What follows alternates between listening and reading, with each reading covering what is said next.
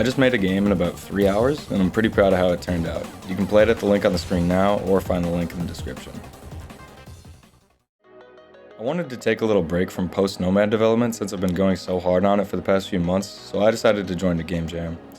I really like doing game jams because they're a lot lower stress for me, and you might think that's kind of weird considering the time crunch would make it more stressful, but I'm actually one of those people that worries way too much about scalable code and the minute details when I'm making a long-term game. So when I decided to just open up Godot and make a game in a few hours max, that's pretty much perfect for me. The jam that I decided to join fit this idea even better because I ended up joining Low Effort Jam 22, which is a game jam generally made for people who need a break from their long-term projects and just want to crank out something kind of funny. Due to the theme of the jam, it's not really about winning per se, but more about just having fun with it. I started off with brainstorming some ideas for the game. The theme of the jam was 3, which was a really ambiguous theme and could have sparked a lot of really good ideas, but since this is the low effort jam, I decided to just go with one of my first ideas and not think about it too hard. The first idea I had was to make a top-down game where you have 3 keys to find while dodging enemies in hallways and such. This seemed a little too basic to me and didn't really seem like it'd be all that fun, so I just scrapped it.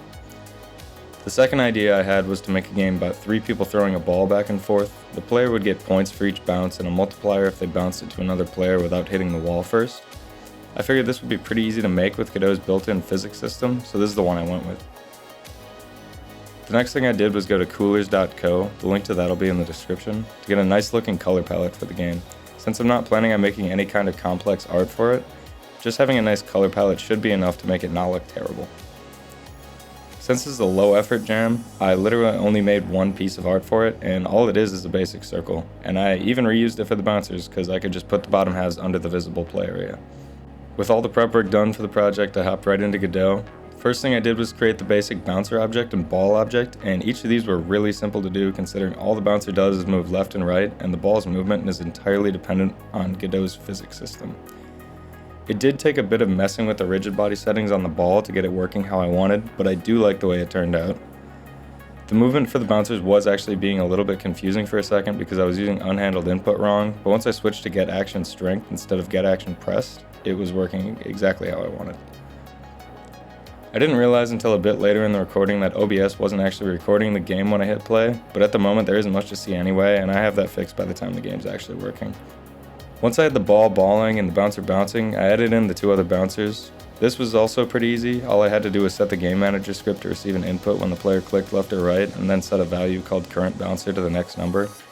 It starts with 0, so if it goes less than 0, it reverts to 2, and if it goes higher than 2, it reverts to 0.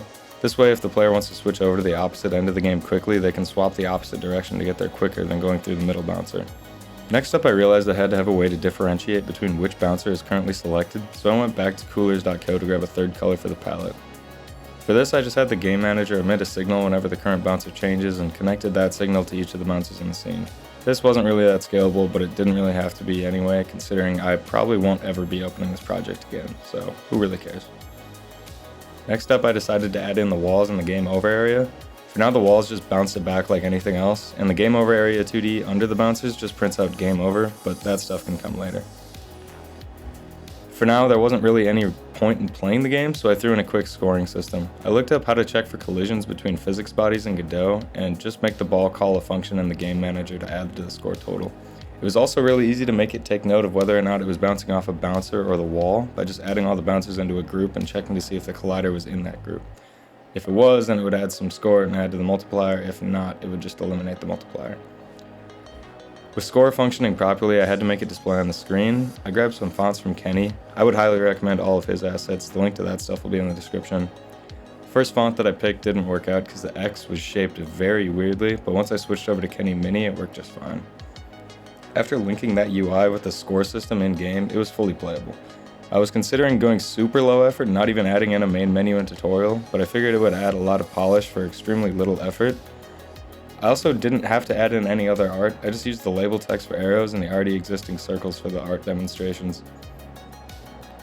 These did take a bit of messing around with the theme system in Godot to switch up the font size constantly, but I was able to get it done in about 15 minutes, which is pretty low effort if you ask me. Last thing to do was to add in sounds, which I got from good old JSFXR. I got a sound for when the ball hits a bouncer, one for when it hits a wall, and one for when you lose. On top of all that, I made a music singleton that automatically plays music that I found on OpenGameArt by a guy named Matthew Pablo. So Matthew, if you're reading this, you rock, because this song fit perfectly. With all that done and dusted, I went ahead and submitted the game. It took less than 3 hours to get it from concept to fully finished, and I'm pretty happy with how it turned out. Anyway, if you like this devlog, go ahead and subscribe, because I'll be doing more game jams like this one in the future. Also, this is my new microphone. Sound quality will be much better in the future. So thanks for watching, and I'll catch you next time.